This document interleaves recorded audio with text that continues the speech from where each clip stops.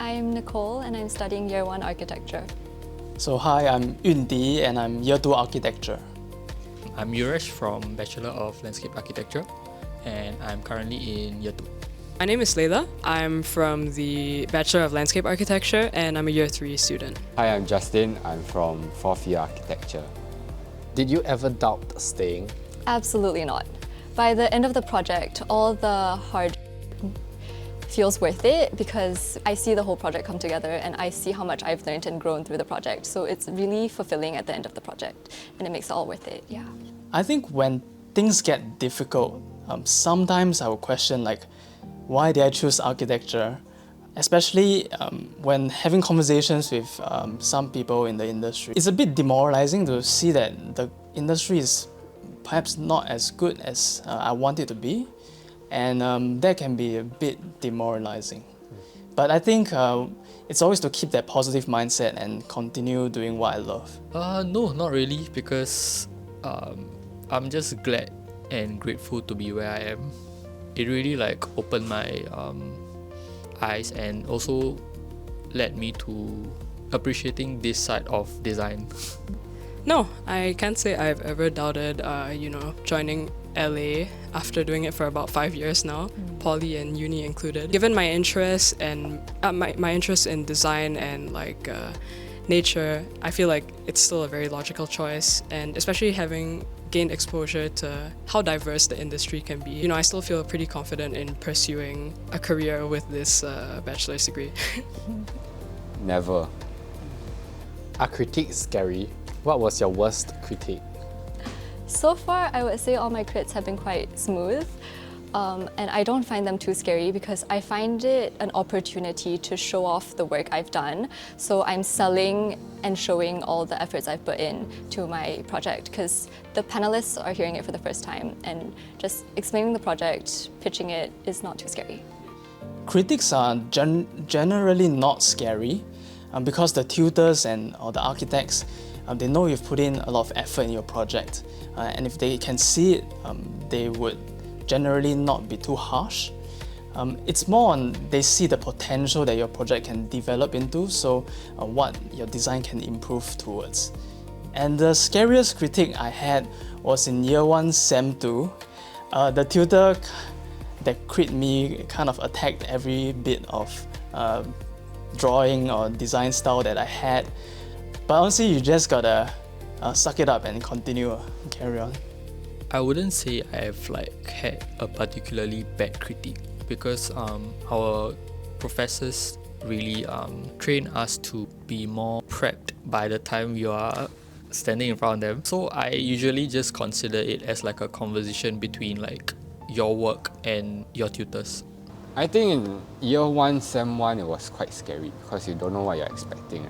Then after you realize what the purpose is for, then you start to treat it as a conversation with your tutors, with your external critics, and then you learn how to take their constructive criticism and learn from them.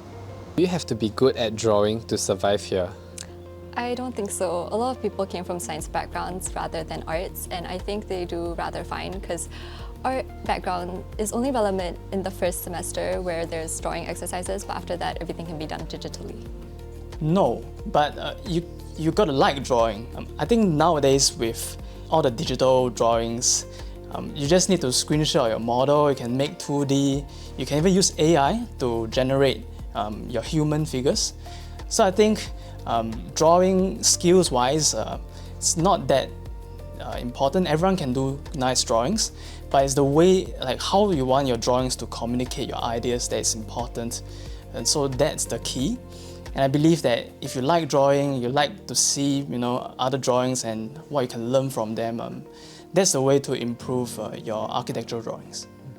I would say having drawing skills and being creative helps, but the crazy thing is that my JC peers actually sometimes do better because when you come from a diploma background, you tend to have a fixed way of thinking, and because of that we tend to box ourselves in And that's why when certain semesters where you have to think critically, my GC friends tend to do better.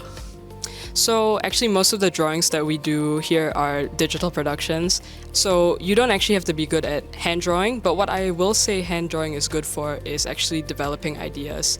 I think a lot of us think in a very hands-on way and in a very iterative way, and sketching is actually a very good way to communicate ideas fast to your peers, to your tutors. Well, I wouldn't say it's necessary, it's definitely helpful in terms of design thinking. Yeah. Oh no, I'm damn bad at drawing. I can't draw for nuts. Yeah. But I think even students who are good at drawing, some of them may not do so well if they cannot sell their idea. So what's more important is if you have a way to sell your ideas to your critics or what. Yeah, that's how you get your A's. If someone isn't 100% sure that they want to pursue architecture in the long term, should they still try? I think if they have interest in the area, they should still go for it, because even if they don't want to pursue it as a career, they can pursue other careers later on with an architecture degree, because the skills picked up are relevant life skills and they can be transferred to other design industries. I would advise them to weigh the pros and cons first and see if they have other alternatives that they would like to do. But if they are genuinely interested in architecture, just have a try and go on. Yes, they should, especially if they want to do something creative, because it's such an interchangeable discipline. One of my favorite role models would be Virgil Abloh.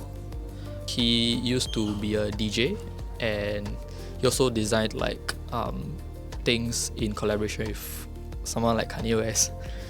And he did architecture as well, so I feel like it's something you should definitely just go for it. I think the best thing you could do is try to give yourself a form of exposure. And the best way to do that would be through an internship.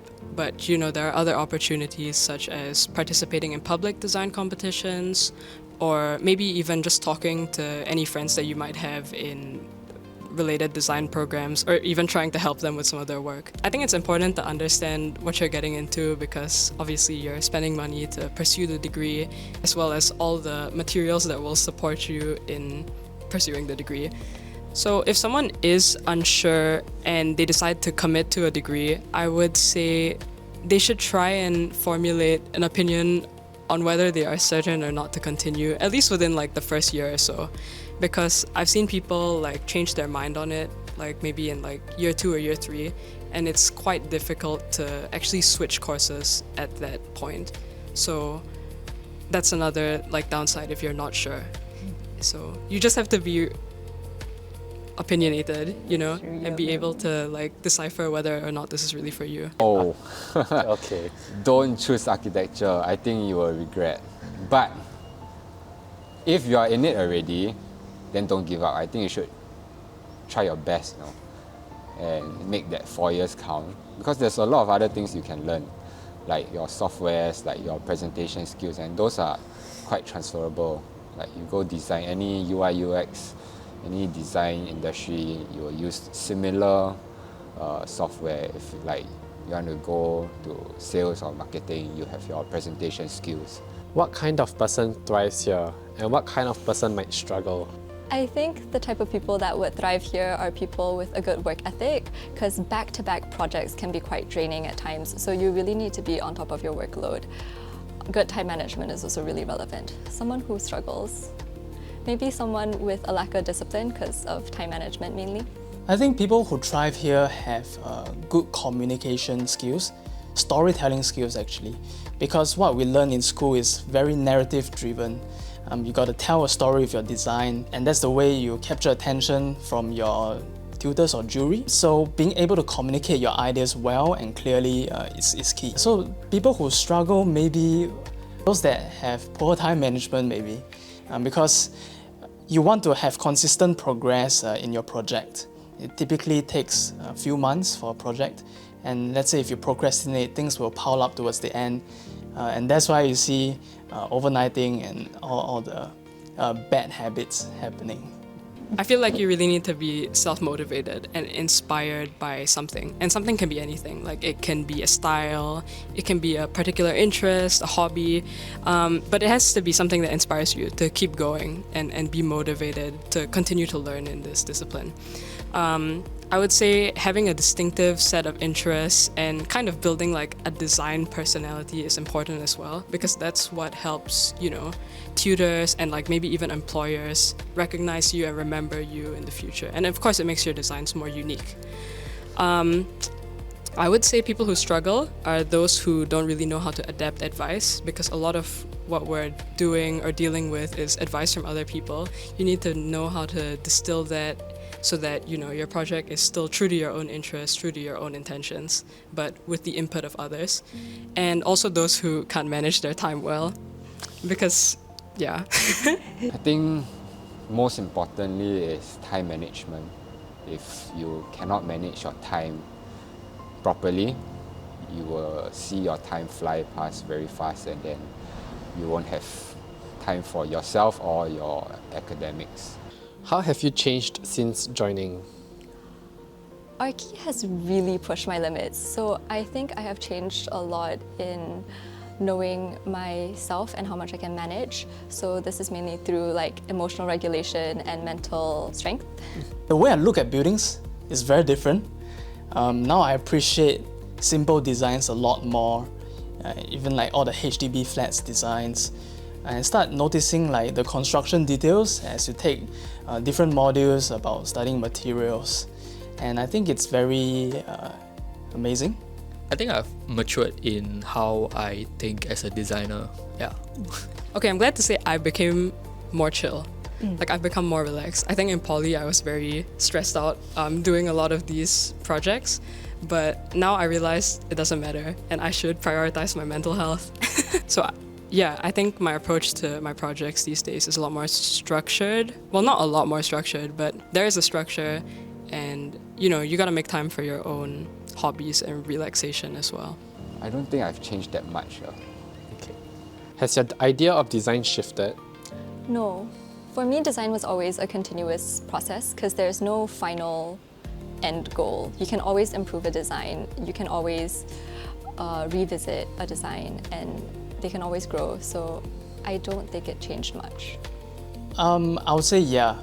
I think now design is like there's no end to design. You can always improve something.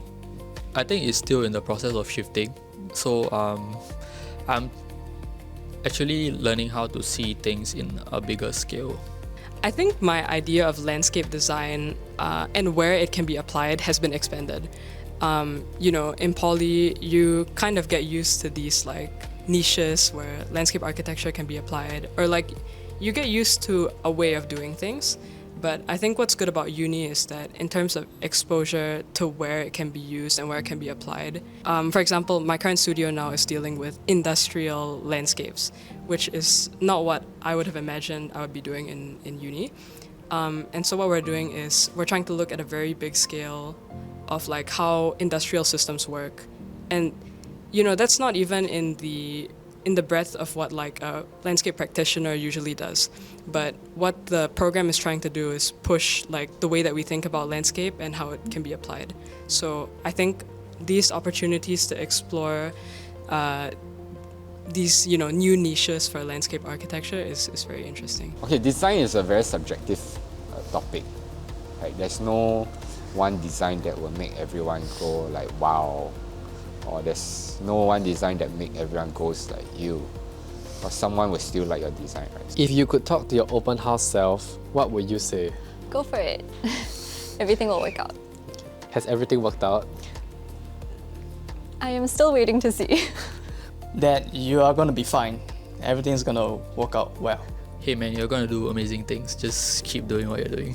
I would say that I'm very happy that we are now taking the life science minor. That was one of the main reasons I wanted to come to NUS. I would say come join Archi.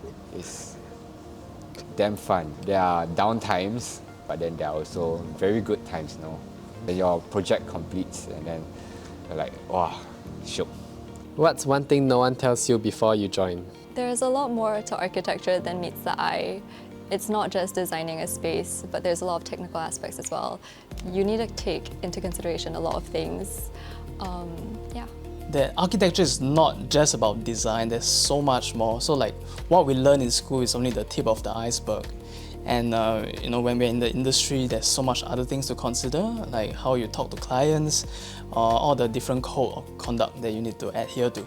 People will act like they have their together, but actually the truth is they are struggling as well. So learn how to like create a community and help each other out. I think what you don't see in the brochures are that you will meet a lot of people, a lot of nice, friendly, very fancy people. You will learn a lot of soft skills. You will learn a lot of hard skills. I think you meet a really diverse mix of people. Again, as compared to poly, I think the tutors are a bit more diverse. They're from all over the world, and same goes with your classmates.